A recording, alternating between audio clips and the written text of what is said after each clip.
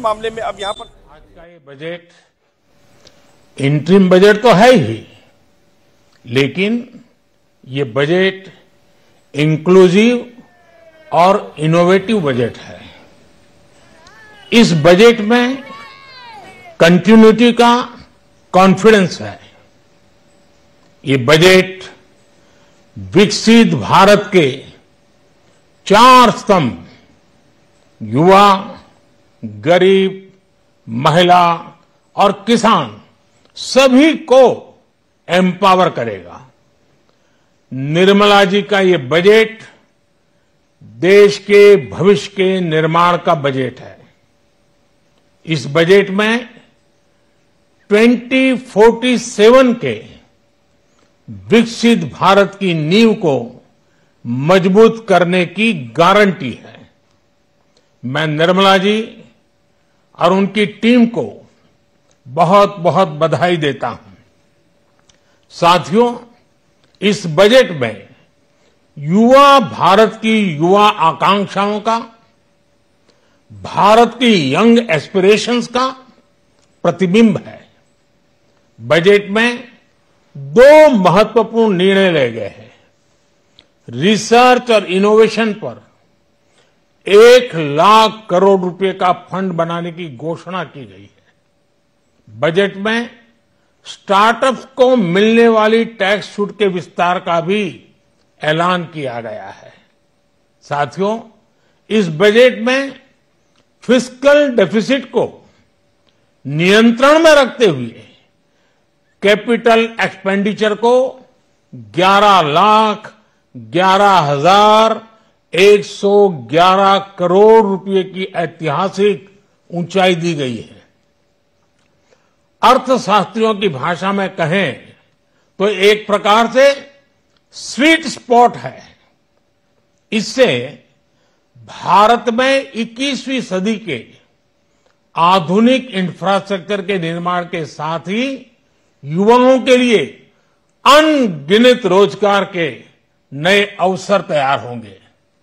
Budget में Vande Bharat standard की 40,000 आधुनिक बोगियां बनाकर उन्हें सामान्य यात्री ट्रेनों में लगाने का ऐलान किया गया है। इससे देश के अलग अलग रेल रूट पर करोड़ों यात्रियों में आरामदायक यात्रा का अनुभव बढ़ेगा। साथियों, हम एक बड़ा लक्ष्य तय करते हैं, उसे प्राप्त करते हैं और फिर उससे भी बड़ा लक्ष्य अपने लिए तय करते हैं। गरीबों के लिए हमने गांवों और शहरों में 4 करोड़ से अधिक घर बनाए। अब हमने 2 करोड़ और नए घर बनाने का लक्ष्य रखा है।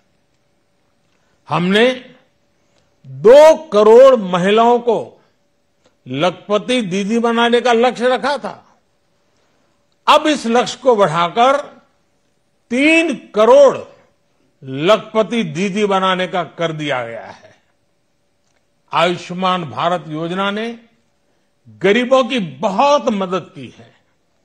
अब आंगनवाड़ी और आशा वर्कर, उन सबको इस योजना का लाभ मिलेगा।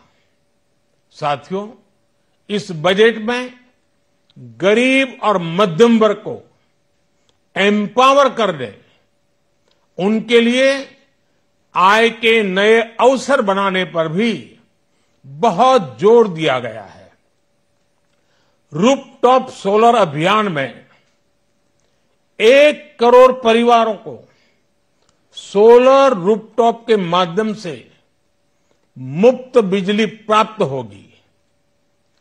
इतना ही नहीं, सरकार को अतिरिक्त बिजली बेचकर लोगों को 15 से 20 हजार प्रति वर्ष की आय भी होगी और ये हर परिवार को होगी। साथियों, आज जिस इनकम टैक्स रेमिशन स्कीम की घोषणा की गई है, उससे मध्यम वर्ग के करीब 1 करोड़ लोगों को बड़ी राहत मिलेगी। पिछली सरकारों ने सामान्य मानवी के सिर पर दशकों से ये बहुत बड़ी तलवार लटका कर रखी थी। आज इस बजट में किसानों के लिए भी बहुत महत्वपूर्ण और बड़े निर्णय लिए गए हैं। नैनो डीएपी का उपयोग हो, पशुओं के लिए नई योजना हो, पीएम मत्स्य संपदा योजना का विस्तार हो और आत्मनिर्भर ऑयल सीड अभियान हो। इससे किसानों की आय बढ़ेगी और खर्च कम होगा। मैं एक बार फिर सभी देशवासियों को इस ऐतिहासिक बजट के लिए शुभकामनाएं देता हूं। बहुत बहुत धन्यवाद।